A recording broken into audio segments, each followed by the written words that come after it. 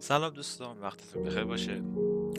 امروز اومدیم به بازی بسیار جذاب و زیبای ماینکرافت یه سری بزنیم، یه بازی بکنیم، پلی بدیم. و امروز من به این موضوع بخوام بپردازم که چرا بعضی از این بازی ممکنه خوششون نیاد و چرا این بازی رو بازی نمیکنن. خود من زمانی که برای اولین بار اومدم این بازی رو تجربه کردم گفتم که این چه کثافتیه، همش پیکسلیه، همش هیچیش معلوم نیست و واقعا هم حق داره سر این موضوع. و من خودم 5 دفعه این بازی رو پاک کردم، نصب کردم، پاک کردم، نصب کردم. مثلا باز یه ماهه پاک میکردم، باز دوباره میگفت رفیقم بیا نصب کن پلی بده، باز دوباره رسم میکردم، باز رفتم بازی میکردم، میگفتم اصلا نمیفهمم و بازم پاکش میکردم. ولی یک دفعه یه اتفاقی افتاد که من واقعا عاشق بازی شدم و خیلی این بازی دوست دارم. و اما میخوام بهتون امروز یک فضا و سبک متفاوتی از این بازی رو بهتون نشون بدم که شما شاید حداقل از این سبک و از این جهت خوشتون بیاد و بازی کنید. خب اشکال نداره، حالا ممکنه اتفاقی بیفته، بریم که داشته باشیم. خیلی خوب، اینم از بازی. و همونطور که مشاهده میکنید یه مقدار این بازی گرافیکش با اون چیزی که شما قبلا توی فضای اینترنت دیدین فرق میکنه و متفاوته و بسیار جذاب و زیبا. محیط، طبیعت. چون که من این بازی رو اومدم با چند تا ماد و شیدرهای مختلف کاستومایزش کردم که خیلی هم نرم و راحت روون میاد روی سیستم من یه مقدار ضعیفه، RX 280. و فقط به صدای آهنگ این بازی گوش بدید، واقعا جذابه، خیلی جذابه این بازی. اصلا بذاریم فقط راه بریم با فضای این بازی یه مقدار کنار بیایم. و من واقعا دلم میخواد برای ویدیو اول فقط این فضای بسیار جذاب و زیبای این بازی رو بهتون نشون بدم، از طبیعت سادش لذت ببریم. واو، آرامش زیادی داره این بازی برای زمانی که حالتون گرفته است، ناراحتین، مشکل مختلف ریخته رو سرتون، چند دقیقه بیاین تو این بازی و ازش لذت ببریم، از آرامش بی حد و اندازه و بی مرزش.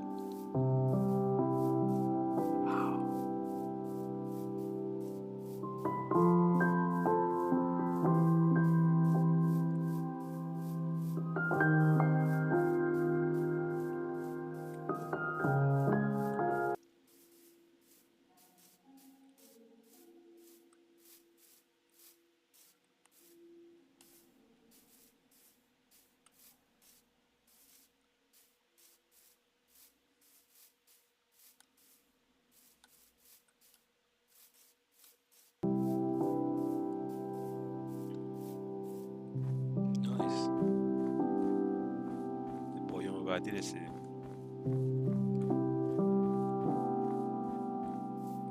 چقدر ناگهانی همه چیز سفید شد. بازی واقعا آدم رو میخوب میکنه.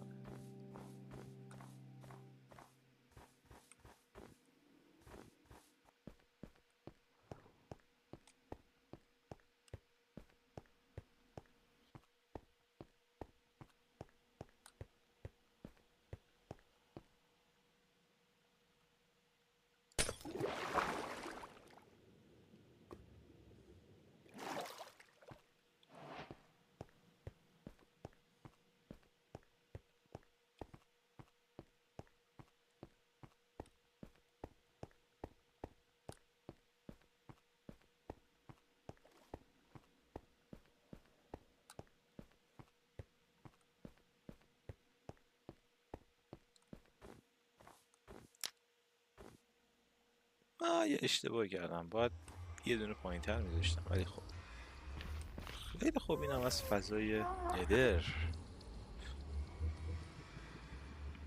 واو.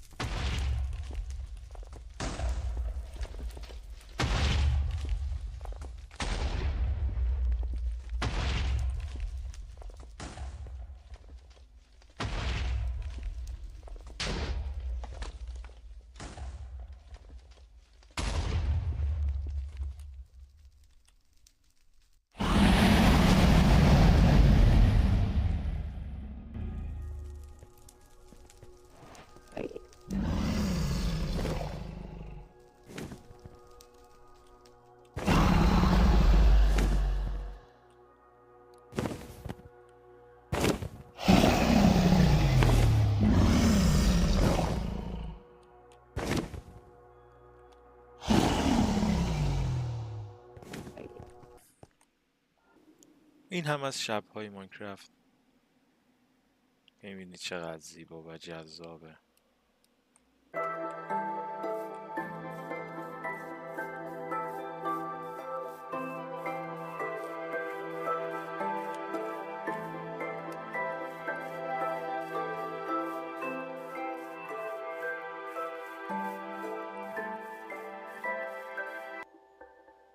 امیدوارم شبتون به این زیبایی باشه. خیلی خوب دوستان، امیدوارم که از دیدن این ویدیو خوشتون اومده باشه و ازش لذت برده باشین و امیدوارم تونسته باشم کاری کرده باشم که نظرتون به این بازی برگرده و بهش علاقه‌مند بشین و اون رو مثل بقیه آدمای این دنیا بازی کنین و ازش لذت ببرین. براتون آرزوی بهترین ها رو دارم و شاید این ویدیویی که ساختم زیاد کامل نبود، شاید خیلی محتوا نداشت، اما مگه بازی کردم برای چیه؟ برای اینکه ازش لذت ببریم و کنار اونایی که هستیم قدرشون رو بدونیم. این ویدیو رو خیلی دیر ساختم و واقعا دوست دارم که همه به اون چیزایی که در دلشون هست برسن و در نهایت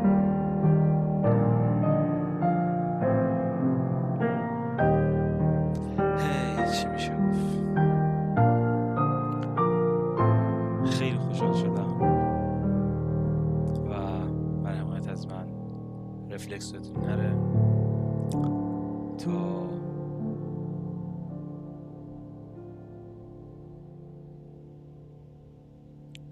اگر پیشنهادی، حرفی، سخنی، سوالی، چیزی دارین حتما ازم بپرسین.